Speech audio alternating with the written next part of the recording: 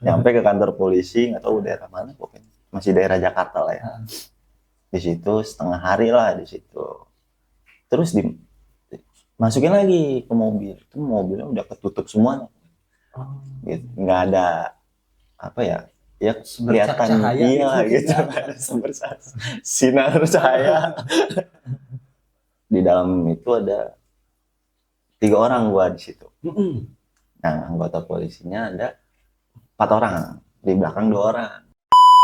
Singkat cerita, ditanya nih Imam Nawawi Raja nih, apakah engkau setuju lah gitu untuk mengambil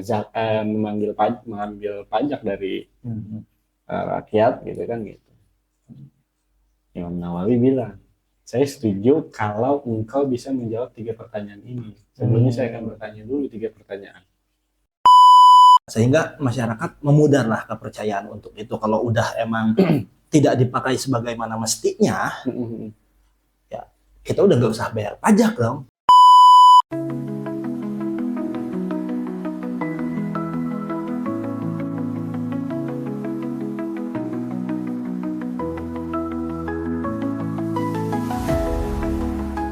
Deng, Mbak. lagi rame nih demo. Loh.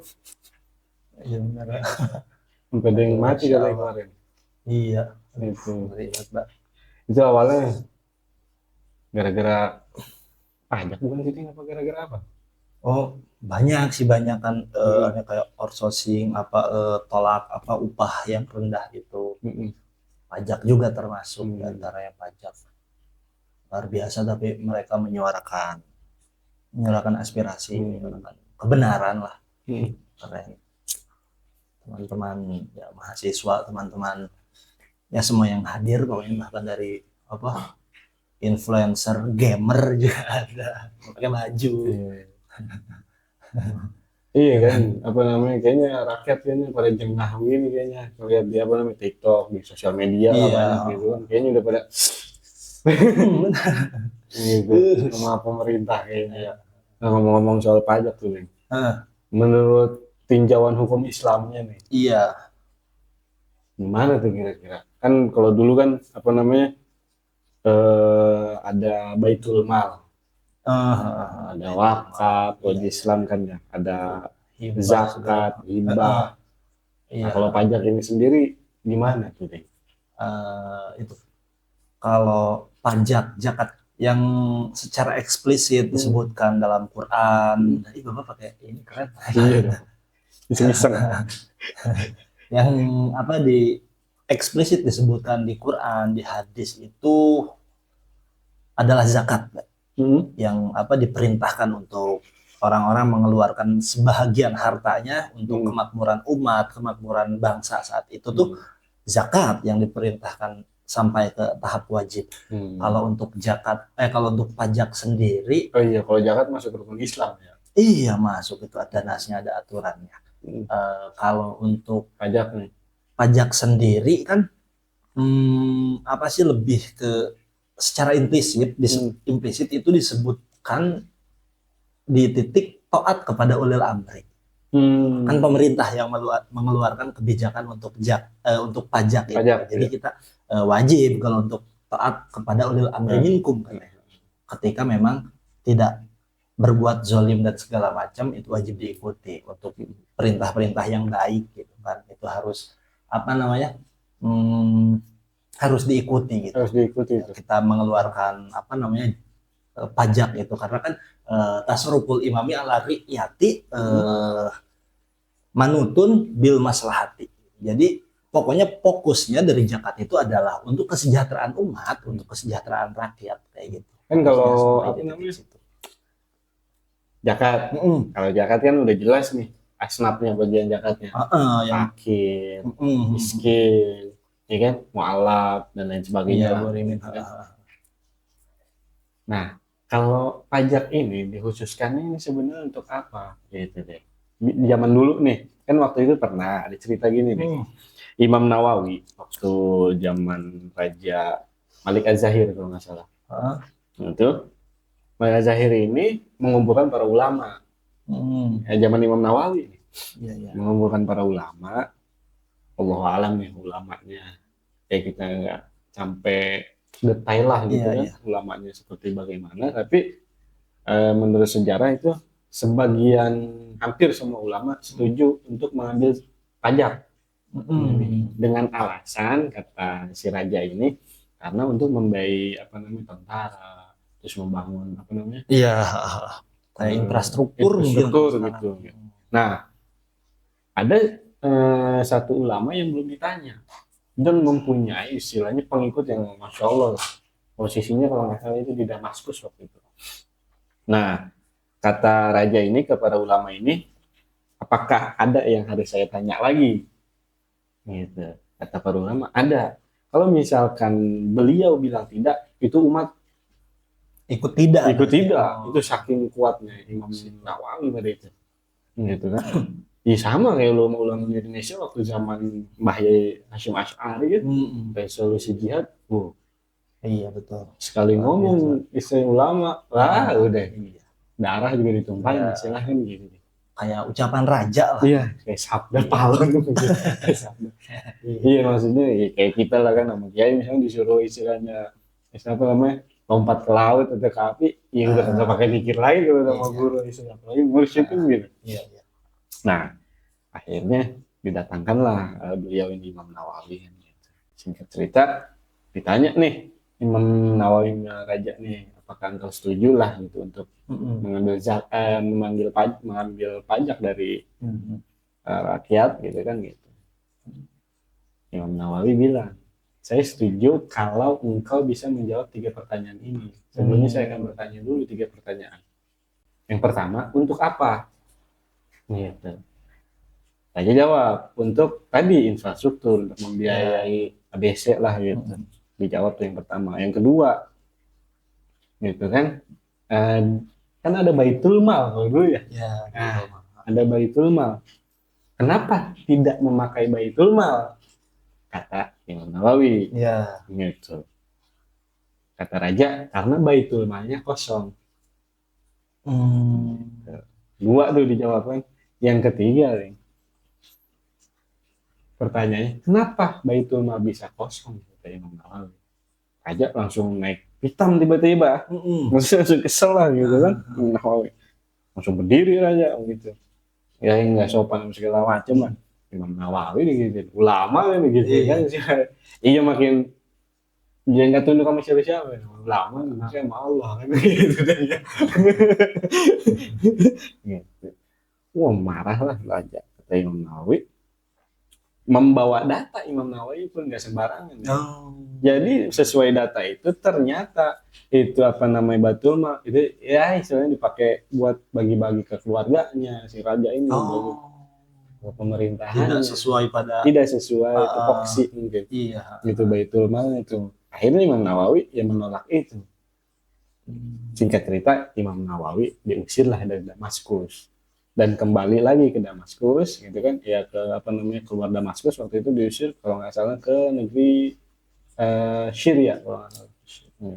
Pas rajanya meninggal mati balik lagi baru Imam Nawawi itu kan kayak pajak tadi tuh sejarah salah satunya itu gimana tuh kalau pajak kan lebih ke apa doribah itu kan Mbak ya jadi apa namanya harta pajak maksudnya harta pajak ya dari rakyat ya memang untuk rakyat harusnya diamanahkan kepada pemimpin di mana di sini posisi pemimpin itu pemerintahan sebagai yang mengelola harta tersebut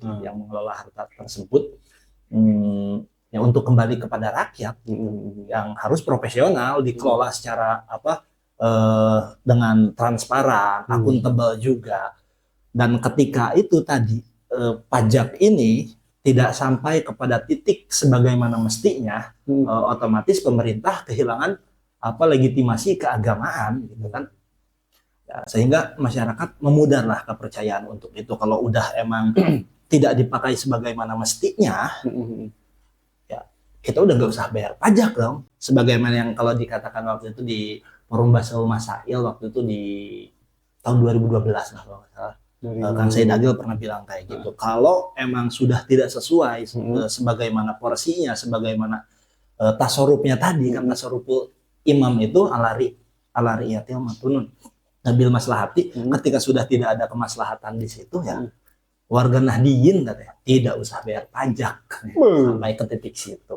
Kan kalau ya itu pajak ya sekarang kan itu mungkin diglobalkan, Mbak. Jadi siapa aja yang punya penghasilan itu ketika memang dia sudah menjadi wajib pajak harus bayar pajak. Kalau dulu kan mungkin kayak jizyah gitu kan, seperti orang-orang kafir yang kafir zimmi ya, yang tinggal di wilayah Islam, mereka mengeluarkan hartanya sebagai bentuk imbalan dari keamanan mereka diam di negara Islam, nggak dicolek-colek gitu. Ataupun mungkin kalau sekarang kayak PBB segala macam, kalau dulu kayak kharaj itu kayak apa dari hasil ini kan.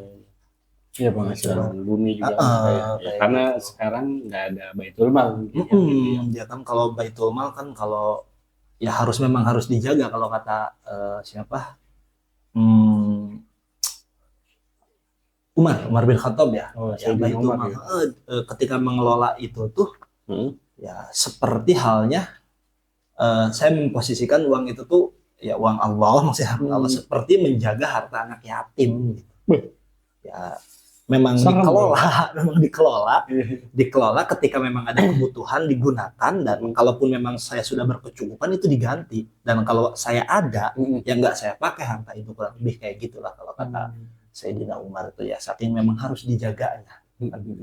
Dan ya kalau sekarang kan mungkin ketika itu disalahgunakan segala tapi sekarang juga kebanyakan dijagain di diri sendiri. Ada selir mungkin dikasih. Ini kayak pemerintah apa namanya? Kayak pemerintah. Ayo naikin pajak gitu ya, naikin pajak. Sebenarnya kan kalau masih banyak yang korupsi, ya pandangan pribadi lah gitu kan. Iya. Masih banyak yang korupsi, beresin aja dulu korupsinya. Iya nggak? Iya betul. Iya, dengan cara, ya pemerintah lebih paham lah. Iya lebih paham soal itu. Bisa tidak? Harusnya ya bisa lah, bisa beresin dulu itunya. Kalau memang masih kurang gitu, barulah gitu, bolehlah ditaikkan. Tapi kalau misalkan masih dipakai korupsi tadi kan, misalnya masih dipakai hal-hal yang nggak jelas gitu kan, nggak transparan misalnya gitu kan, dari Basul Masail itu kan, ya nggak apa-apa nggak bayar pajak gitu. Tapi kan kayak Hamengkubuwono di Jogja itu kan sampai kemarin tuh ada beritanya nih, dana untuk kesultanan itu dipotong 50%. Tapi memang beliau itu bijaksana nih. Gitu. Ya mungkin kebutuhan negara katanya lagi banyak gitu. Karena kan DIY itu kan punya itu daerah istimewa itu kan, karena pernah memberikan sumbangsi yang sangat banyak kepada pemerintah Indonesia itu. Gitu. Luar biasa. Jadi ya itu maksudnya sekitar pajak. Mungkin dari dulu ini hadis, cuman saya teksnya kurang nggak hafal juga maksudnya. Cuman kurang lebih kayak gini, ketika Kanjeng Nabi itu bersabda bahwa sesungguhnya ya orang-orang sebelum kamu itu sudah melakukan juga kerusakan di muka bumi ini. Ya hukum itu ketika ada orang besar, orang yang berpangkat itu melakukan keburukan, ya mereka membiarkan, dan hukum itu kejam kepada orang-orang yang memang bukan siapa-siapa kayak gitu.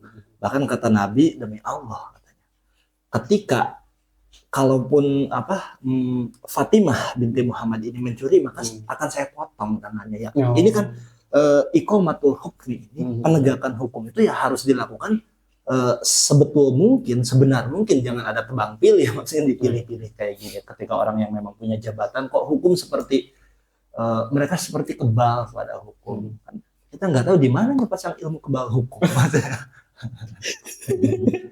Cuma golok mempan, golok ke rumah sakit beres. Iya, tadi kan sampai istilahnya kan demo itu sampai ada yang meninggal itu kan, masya Allah. Ya maksudnya kan itu beliau itu kan juga kan orang Islam. Kan di hukum Islam itu kalau membunuh orang Islam tanpa haknya ya. Iya gitu.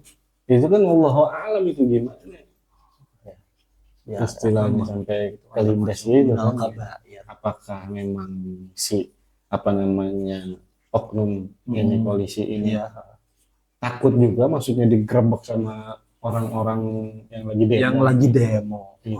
Jadi kan mobil Barakuda itu anti peluru deh. anti granat juga kan. Ya, semenakutkan apa kondisi masyarakat saat itu? Iya. Kalau saya lihat videonya kan kencang, kok harus kencang. Mungkin ada ketakutan ya, kondisinya udah chaos, takut diguling atau segala macam gitu. Walaupun kalau kita ngobrol pasti ditanya yang demo itu mungkin nggak kamu ngegulingin barakuda, pasti bilangnya nggak akan juga sih. Cuman ya mungkin ketakutan atau gimana, padahal yang di demo kan bukan polisi gitu kan. Kita demo ke DPR, polisi memang tugasnya kan mengamankan. Mereka juga digaji untuk itu, pakai pajak tadi. Siapa yang bayar? Masyarakat juga. Ya kan itu anggota dewan dari pajak segala macam, dari dana hibah juga termasuk gitu kan. Apa untuk membiayai kehidupan mereka sampai yang apa rumah, mobil segala macam gitu kan, yang gajinya sampai wah udah banyak banget pokoknya. Tapi kok bisa dengan gaji sebesar itu anggota dewan pada korupsi? Jadi tadi berarti harus dibenahi segimana tuh pajak dinaikin. Kalau memang integritas orang-orang yang dipercayai untuk itu jelek, maksudnya nggak bagus, ya tetap aja nggak akan sampai kepada titik itu. Tasorub bil maslahat itu nggak akan sampai kepada titik itu. Kalau lihat dari video yang sampai ditabrak itu, memang menggeramkan. Iya. Juga banyak ada teman-teman yang memang polisi, cuman saya belum sempat ngobrol kok bisa kayak gitu. Pasti oknum lah. Mudah-mudahan oknum. Gitu. Iya, bingung juga sebenarnya. Gitu. Ya tadi ya dari antara polisi bingung juga mungkin kan. Terus yang demo juga istilahnya pasti ada provokator. Gitu. Iyalah pasti. Ya, dalam arti begini kan, kalau di dalam Islam itu kan tidak boleh sampai merusak kan gitu. Iya. Baik itu tempat ibadah atau tempat umum kan gitu. Apalagi tempat ibadah kan tidak boleh. Harta atau sampai perang pun kan tidak boleh merusak kan gitu. Gitu. Ya lebih baiknya sebagai pemerintah itu kan datanglah, keluarlah gitu. Menemui gitu. Iya, ada tamu nih datang. Iya. Kan DPR, Dewan Perwakilan Rakyat. Iya. Gitu. Iya nggak sih? Betul. Dewan Perwakilan Rakyat sebagai dia legislatif ya. Legislatif. Sebagai kepada nanti ke eksekutif kan gitu. Presiden. Biasa. Memang maksudnya kayak ya itu, mereka jangan sampai yang dikhawatirkan, jangan sampai karena pangkat dan seragam membunuh orang itu seperti bukan masalah besar gitu. Bukan masalah besar. Nyawa orang. Bukan haknya dia. Ya dia juga mohon maaf dia masih pakai seragam, masih pakai jaket ojek online yang meninggal itu. Berarti kan dalam kondisi sedang mencari nafkah. Anak istrinya mungkin di rumah dalam kondisi mereka berjihad loh mencari nafkah itu kan untuk keluarganya. Terus ya ke situ juga dalam rangka memperjuangkan hak, menyuarakan kebenaran. Bahkan kan kalau afdolul jihadi itu kalimatun adli inda sultanun jair. Ini hadis Abu Daud ya. Utama-utamanya jihad yang lebih utama itu adalah menyuarakan kebenaran di depan pemimpin yang zalim. Udah jelas maksudnya kezaliman. Mereka juga mengutarakan itu loh, kebenaran ya, itu amar ma'ruf nahi mungkar itu kan kalimatun di situ. Tapi memang kalau dalam hikam itu kalau kita ada santai lah gitu. Santai tapi berat. Dalam makalah hikam itu begini nih. Semakin kita mendapatkan dunia, semakin kuat nafsu. Itu lebih makalah gitu. Maksudnya begini, tetap pada DPR, pada pemerintah, siapapun lah gitu kan. Ya orang-orang biasa, orang awam, misalnya rakyat. Gitu. Ayo kita apa sih namanya? Kita belajar. Gitu. Lebih baik lah ke depannya, gitu kan. Lebih hati-hati lagi kan gitu mungkin. Iya, yang penting kan tadi ada agama di sini kan, aturan agamanya ada ke negaranya. Pelajari itu maksudnya pelan-pelan, bertahap gitu. Ya sementara kan di Indonesia ini taruh di sekolah nih. Belajar agama paling ya SMA, SMP gitu kan, apalagi cuma berapa menit paling seminggu kan belajar agama. Maksudnya gini, fondasi yang sangat penting sebenarnya untuk mengetahui. Ini kalau untuk menahan segala macam kan, berangkat dari pribadi yang kurang baik kan itu. Gitu. Tapi memang sejarah demo itu deh dulu zaman Tapi udah ada emang demonstrasi itu memang udah ini ya. udah ada dari zaman sebelum Masehi juga udah apa namanya udah ada gitu dari zamannya Mesir kuno istilahnya 1000 tahun sebelum Masehi. Jadi ada pekerja makam lah gitu kan yang membuat makam kan terkenal dengan makam-makam ya kan di Mesir itu 1000 sebelum Masehi itu 1100 sebelum Masehi gitu kan Raja Firaun ketiga kalau nggak salah itu Ramses itu tidak membayar upah kepada para pekerja akhirnya demo dari sebelum Masehi nggak ada. Ya, berarti nggak ada yang begitu kan. Iya, kerusakan deh buat zalim. Terus kalau apa namanya di dalam Islam pun zaman sahabat itu ada juga Sayyidina demo. Utsman. Sayyidina Utsman kan di demonya kan untuk turun dari kepemimpinan waktu itu sama orang-orang ya itulah gitu. Tapi pada saat itu Nabi kan sebelumnya memang sudah berpesan kepada Sayyidina Utsman untuk sabar dan berpegang teguh jangan sampai turun. Udah dipesan memang gitu yang baginda Nabi. Akhirnya kan sampai 40 hari itu kan di apa namanya di kampung rumahnya.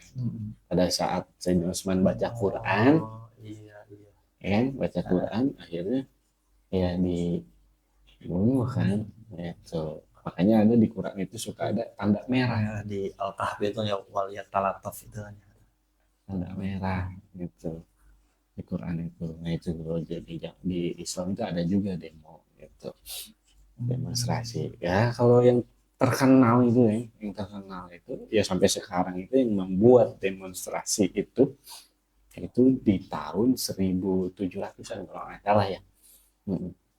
Itu pada saat di Prancis raja ke-16 lah lupa namanya gitu. Dia itu menaikkan harga roti gara-garanya ya udah sulit mungkin masa sulit itu terkenal dengan revolusi Prancis itu cikal bakal demonstrasi Eropa dan di dunia ini itu gitu. Sampai rajanya itu dibunuh. Mantap ya dihukum rajanya maksudnya ada sejarah itu kan iya sampai rajanya itu dibunuh itu terkenal itu karena roti itu ya. Karena roti di Indonesia pun ya belum Indonesia sih ya dulu ya masih Nusantara itu ada kejadian di kerajaan Buton itu Kesultanan Buton kan Buton itu terkenal dengan martabat 7-nya nih. Dan ada juga raja yang dihukum mati rajanya nih kalau nggak salah nama raja Mardan Ali makanya ada maksudnya kita belajar dari sejarah iya itu ini kecil nih ini jangan kita harus hati-hati iya apa namanya sekecil mungkin gitu karena hal-hal kecil biasanya jadi besar ini kan pasukan Abraha sama burung burung abang kan jangan memang kan di Quran juga kan istilahnya kan kelompok yang kecil itu selalu terkadang Allah bantu untuk memenangkan itu kayak misalkan Nabi Daud gitu kan memenangkan pada saat itu perang dengan Jalut kan Raja Jalut itu kan terus baginda Nabi Muhammad SAW pada saat perang Badar bandingannya makanya maksudnya jangan mensepelekan hal-hal kecil ini mah tidak ini bahkan kan Imam Ghazali juga mengatakan gitu jangan menyepelekan hal-hal kecil bukankah gunung yang besar itu ya dari tumpukan-tumpukan pasir kerikil segala macam dari tanah sama kita juga nggak pernah kesandung gunung paling kerikil gitu iyalah ya itu baru kalau demonstran yang luar biasa pokoknya yang berjuang ke sana kalau kita memang mungkin nggak datang ke sana suka ada juga mungkin pertanyaan yang kenapa sih santri dari kalangan kiai itu dari kalangan pesantren dari kiai nggak ikut demo kalau saya pribadi saya itu mungkin dan teman-teman santri yang lainnya juga banyak yang memang tidak menguasai soal itu.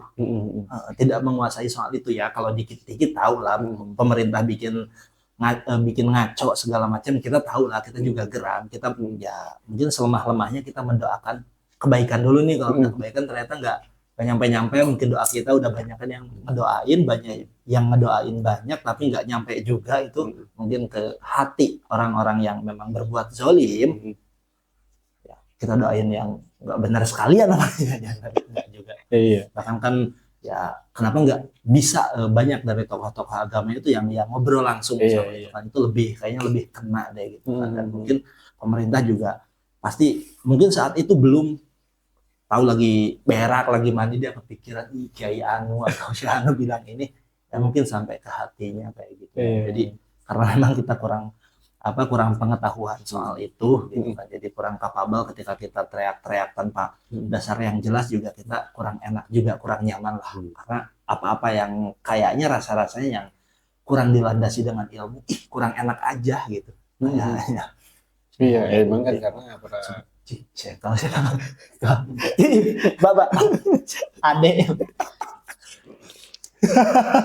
saya tahu kayaknya siapa kakak kesini kak, enggak Pak, memang nggak pakai kamera, nggak kakak sini kau nggak lagi ngomongin demo. Emang tadi ada nongol dia, kayaknya dia seru dengerin demo.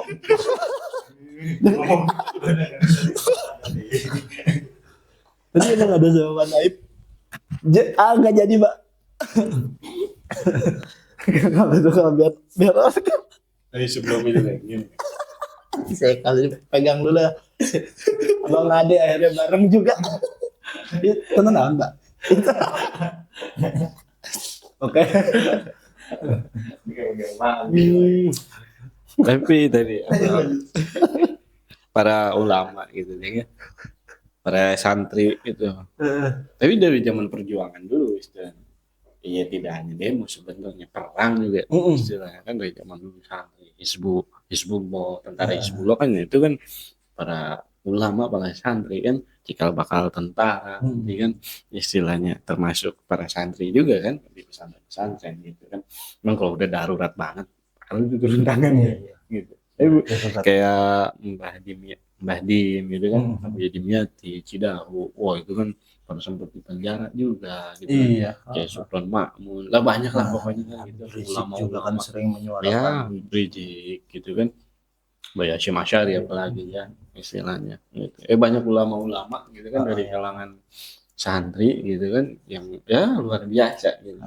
Tapi itu tadi balik lagi yang ke awal, karena ulama itu kata-katanya itu waduh.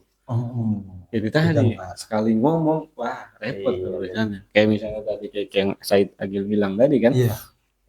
Warga Nahdliyin istilahnya kalau misalkan pajak itu kan tahun 2023 kalau nggak salah kan masih istilahnya korupsi segala macam itu kan, nah Nahdliyin akan akan disuarakan untuk tidak membayar pajak kan gitu. Coba kalau misalkan NU aja sama Muhammadiyah nih nggak bayar pajak. Juga ormas raksasa itu. Iya. Sampai Muhammadiyah kan duitnya banyak. Negara juga kan katanya punya utang sama mau ngambil uang, kalau semuanya diambil di bank waktu BSI ya boleh. BSI. Ya, nggak dikasih gitu kan. Iya. Ya goyang lah maksudnya. Iya, makanya. Maksudnya ya itu tadi. Luar biasa. Cuman coba kalau demo ini saya mau bukan enggak. Jadi dari santri teman-teman ada yang enggak datang demo. Mungkin harokatnya kita berbeda. Tapi ada juga yang datang ini. Kalau santri demo juga. Dulu waktu omnibus law itu kan waktu Covid. Gimana nyoba-nyoba. Jadi gimana? Jadi teman-teman, Ekal ini waktu itu Bang Ekal ini ikut demo dan hilang. Bang Agil nyari satu keluarga Kalimangan, satu keluarga satu kampung. Kalau di mana semua bikin status Ekal belum ketemu. Sampai ke Mesir deh. Sampai ke Mesir. Iya, kan sampai ke Mesir. Cariin sampai ke Mesir. Luar biasa itu gimana? Bisa yang kan yang banyak nih kayak polisi ya itu dengan pangkat mungkin dengan mereka jabatan mereka jadi semena-mena mungkin kalau kayak gitu kan ya itu tindakan yang jolim itu yang dirasain waktu ditangkap gimana? Ini kebetulan datang. Mungkin sedikit cerita ya dulu ya maksudnya biar jelas gitu ya. Inti dari ceritanya kan saya sama teman-teman lah ya, teman-teman motor klasik gitu. Berangkat dah. Sono pengen ke DPR. Cuman belum sampai di tempat itu udah dihadang duluan sama anggota polisi Brimo gitu. Jadi dulu situ kejar-kejaran. Kaget kita. Kejar-kejaran gitu. Ada ini GTA. Iya benar GTA. Udah motornya mah tua lagi kan. Ya, di situ ya intinya ketangkap lah. Dari belakang kita ditabrak kan sama anggota Brimob itu. Ke motor ditabrak. Ya udah kena tuh gitu kan. Jatuh ketibaan motornya dari belakang juga kan ketibaan lagi tuh motor gede kan motor trail apa yang gede tuh iya. Kirain motor gede itu kalau yang kayak apa Harley Goldwing itu kalau kayak begitu Mbak orang yang touring pakai itu kecelakaan patah tulang itu udah paling alhamdulillah Mbak kalau ditabrak pakai itu gila juga ya lumayan juga udah jatuh ketibaan motor diinjak juga dipukul juga. Jadi yang di video-video yang selama ini kita lihat berkeliaran itu benar bukan editan ya bukan editan tulang diurut real bukan Barca kan. Oh ya terus ya udahlah pokoknya di situ ya udah mau gimana lagi kan. Untungnya ada untungnya juga nih. Ada warga dari sekitar situ kan videoin gitu kan. Jadi nggak tahu komandannya apa gimana. Jangan dipukulin. Terus ada suara itu ada yang video gitu. Oh gitu. Ngomongnya gitu. Luar biasa itu. Sempet-sempetnya gue ngedenger begitu. Sempet-sempetnya. Dan kameramen udah dibawa ke DPR. Di dalam DPR kita dikumpulin, nggak taunya di situ udah banyak yang ketangkap dan melihat si ujung udah pada inilah bengep gitu banyut Allah. Mungkin itu sisi kekerasannya kali ya. Iya Udah situ singkat cerita kita dipanggil lagi pas dikumpulin tiba-tiba dipanggil Muhammad Haikal, saya nunjuk tangan, hadir Pak, hadir Pak. Udah tuh di situ tiba-tiba dimasukin ke mobil, udah tuh di situ masih ya udahlah bawa-bawa lemes abis di fatality. Tiba-tiba nyampe ke kantor polisi nggak tahu daerah mana pokoknya. Masih daerah Jakarta lah ya. Di situ setengah hari lah di situ. Terus masukin lagi ke mobil. Itu mobilnya udah ketutup semua. Gitu. Nggak ada apa ya? Ya kelihatan iya gitu. Sinar cahaya. Di dalam itu ada 3 orang gua di situ.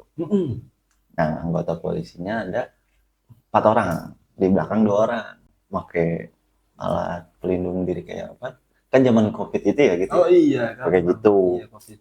Itu udah pinggir tuh udah nangis nanyain tuh ke Pak kita mau kemana ini Pak. Udah gitu gue udah punya gue udah diam aja udah gitu. Pikiran udah aduh mati nih gue mati. Udah makin parah kan polisinya ngejawab udah kamu diam aja ya makin panik lah kan gitu. Udah lumayan lama lah di situ kan dibawa kemana nggak tahu tiba-tiba di gedung udah nggak taunya di situ Wisma Atlet. Gue belum tahu maksudnya di situ udah ditaruh sama angkot dioper lah masih ke situ nggak taunya ada anggota TNI di situ. Pas masuk situ nggak taunya gue terindikasi COVID. Gitu. Lebar ya. Repot banget. Gak apa-apa deh, gue mendingan di Wisma Atlet daripada di kantor polisi. Iya benar. Mending ya. Ya maksudnya alhamdulillah masih ketemu. Ya kita lihat kan anggota TNI masih inilah ya ke masyarakat gitu. Udah kamu aman di sini, tenang aja, gini gila.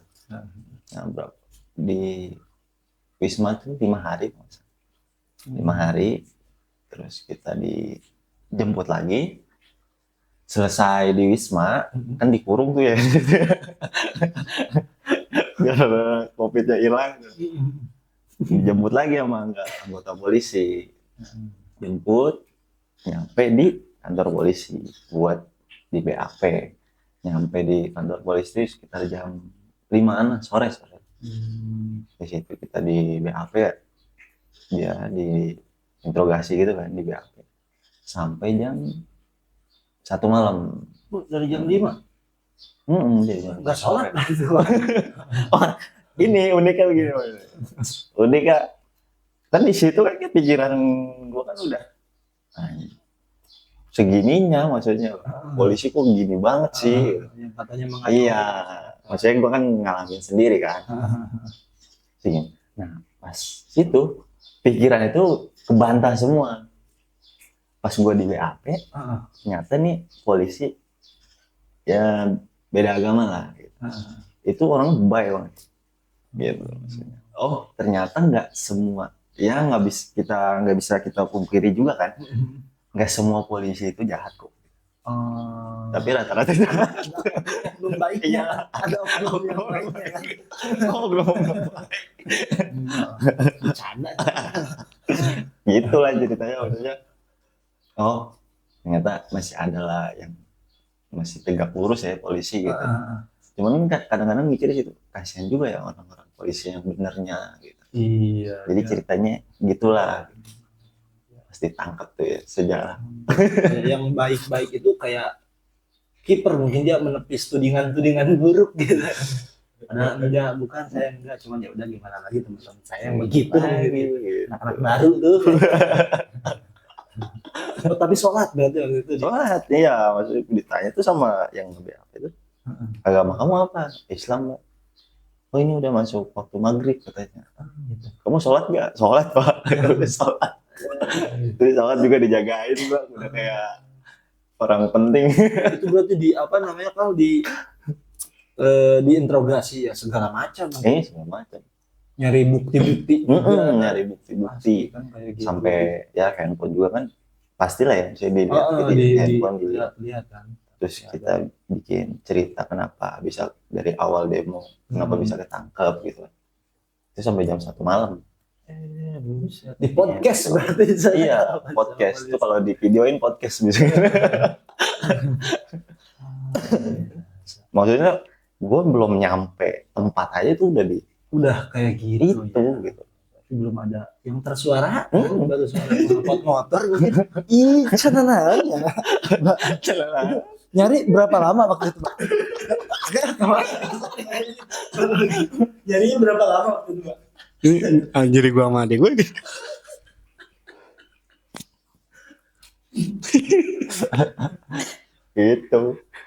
berapa lama? 3 hari gua. Hampir 3 hari ya. Iya itu. Itu nyokap lagi di Bogor tuh. Bokap sama di Tangerang sama kan itu emang Dadeng. Gitu kan.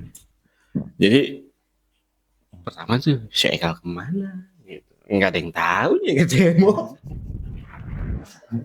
Iya lagi masih istilahnya masa-masa mondok gitu kan, lagi masa pulang gitu kan. Kalau istilahnya mana kagak balik nih.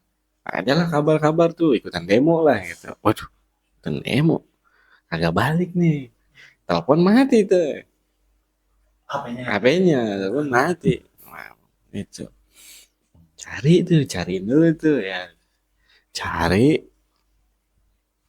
ada telepon tuh yang saudara, katanya ada si Jidan tuh. Nah si Jidan ditelepon sama Polda. Jadi si Jidan juga ketangkep nih sama dia. Iya. Gue boncengan sama dia. Cuman pas ketangkep lu pisah tuh. Ketangkep juga ternyata. Gue kira dia lolos. Ternyata dia ketangkep juga. Aduh, Gue balik-balik diurut. Iya si Jidan ada apa namanya nelpon, jadi dari pihak Polda tuh ada kabar gitu kan, ada kabar dari pihak Polda. Wah si Ekal nggak ada kabar, panik nih bokap nyokap segala macam, soalnya udah ada kabar kalau yang satu lagi nih sepupunya. Habis nih kita bulan-bulanan keluarga nih. Udah tuh nyari tuh abang lo yang di sono, nyari tuh berdua sama temen tuh ke apa namanya Polres Tangerang, terus Polres Jakarta Barat, Polres Jakarta, pokoknya semua Polres itu didatengin, Jakarta Timur, Jakarta Selatan. Nah, nyari ke Polda, terus ke rumah sakit tuh yang dekat-dekat situ kan, apa Harapan Kita, Darmahi semua tuh, sampai ke Jakarta Utara. Nih, sampai ke Jakarta Utara tuh apa nyari tuh. Balik lagi ke Polda, udah kebenaran temen di Polda kan, anggota juga, baik tuh. Udah bang, sini aja apa namanya sambil nyari, maksudnya ngecek satu-satu, baik gitu kan, dia bikin kopi, kasih rokok sama dia, nyari. Sama dia nggak ada yang namanya Muhammad Haikal katanya. Waduh, nggak ada.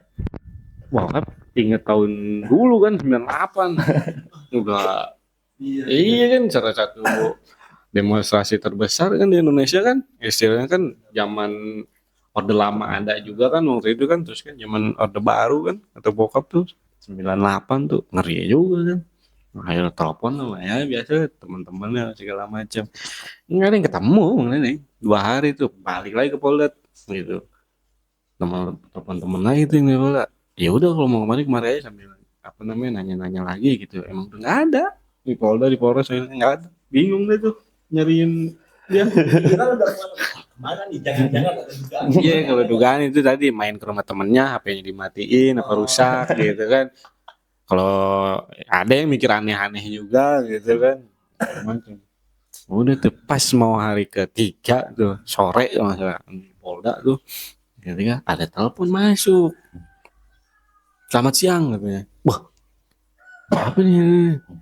Bener ini dari keluarganya Muhammad Haikal gitu. Iya katanya. Haikal ada di Wisma Atlet katanya. Sore telepon langsung mati gak lama gitu. Dikabarin lah, dia 3 hari baru dikabarin tuh. Wah, bokap udah ini ngomong Betawi kan gitu. Udah repot deh tuh bokap. Hijau.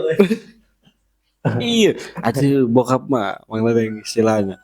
Jangan kan dia takut cuma sama 3 orang gitu, sama emaknya gitu kan, sama babanya gitu kan, sama gurunya udah. Itu doang tuh, sama orang mah dia takut. Selainnya waduh repot dah. Ada waktu itu ada jenderal di rumah tuh gara-gara ada satu perusahaan lah gitu dekat rumah gitu kan, nggak ada izin, mungkin ketahuan nggak ada izin, habis sama bokap. Lu mau main tembak, gua ada orang tembak, lu main santet, gua ada orang santet, begitu. Dia jangan ditanya dah nyalinya di rumah bokap mah. Enggak. Udah tuh akhirnya kan panggilan lah dari Polda gitu kan, bokap udah bilang udah lu aja dah, nggak bisa kata, ya kan harus orang tuanya, kalau masih ada orang tua yang ngambil, dan juga orang tua yang ngambil gitu. Kita udah paham maksudnya kalau bokap yang ke sono juga repot nih urusan nih sebenarnya nih bang, udah paham nih berdua sama abang nih, tapi nggak bisa kalau berdua nih gitu kan istilahnya. Ya udah ini bertiga tuh ke sono, bokap anak sama abang tuh bertiga gitu. Udah nyampe tuh abang yang paling tua nih, Iqbal, bisaan parkir mobilnya udah lama. Jadi gitu nih berdua nih sama bokap nih, udah diem aja nih dalam hati nih, si Ekal keluar, gua nih masuk nih. masih ngomel-ngomelnya Babe nih. Diem aja dah. Udah lah, akhirnya nyampe situ. Wah, mukanya udah serem dah bokap. Tuh. Mas saya dulu ada pengalaman begitu juga Bang ya. Dia sama abangnya itu tuh ada satu keluarga gitu kan isinya di apa namanya? Di palak lah gitu kan sama preman mungkin gitu. Itu dari ujung Cengkareng sampai Gondrong itu, sampai sebelum Gondrong tuh ribut segala macam itu daerah Jakarta Barat habis itu sendiri gitu. Jadi dibantu sama Babe. Nggak ada yang berani gitu. dulu Cengkareng tuh. Oh, panggil tuh kan orang tuanya Mama TK. Bener aja. Habis diceramain sama bokap tuh. Intinya kenapa nggak ada kabar selama 3 hari itu gitu. Kalau misalkan ada kabar ya nggak jadi masalah gitu. Intinya kenapa nggak ada kabar aja, kenapa ada nomor di situ kan komplit istilahnya gitu. Ya penyesalannya di situ aja sih sebenarnya bokap gitu. Ya ngomel-ngomel itu tadi ngerinya kebablasan nih. Jadi alhamdulillah nggak kontrol lah gitu bokap. Ya sesuai lah gitu kan karena pendidikan juga kan lah bokap gitu. Itu nyariinnya itu semua dari Bogor dari ya sampai ke Mesir tuh dia Mesir tahu katanya. Itu sholat istikharah tadinya. Kayak gue ngerinya pas masuk ngomel-ngomel, aduh gue udah. Tapi takut sama Babe jadi kan. Emang benar sih saya waktu mondok di Tangerang itu Pak, suka keluar malam kan ke rumah Baba itu. Kalau ada apa-apa ntar saya mau ngaku saudaranya kok Haji Umar begitu.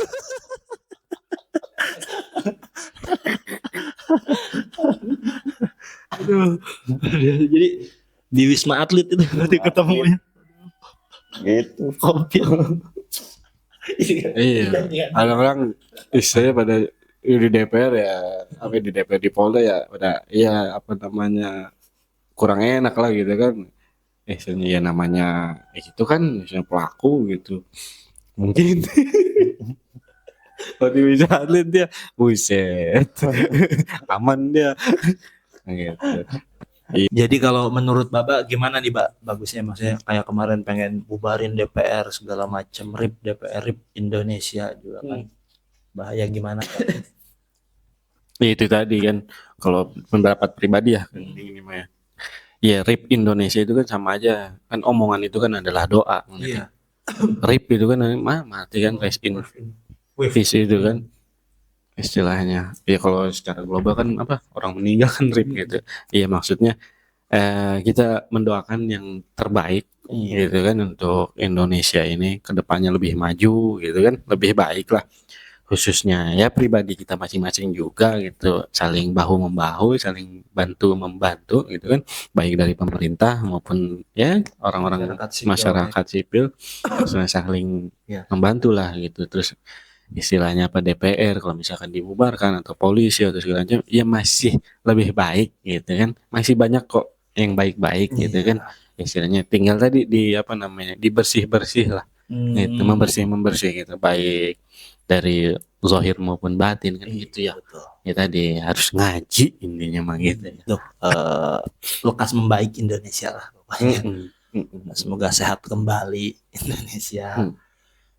Ya itu DPR ya diperbaiki lah kalau dihapuskan apa polisi juga dihapuskan ya itu kan tarkul muhaqqiqin li ajli mutawahimin itu mamnu apa meninggalkan sesuatu yang sudah pasti demi sesuatu yang masih bersifat dugaan itu tercegah juga ya lebih baik diperbaiki yang ada gitu kan. Memangkas biaya juga.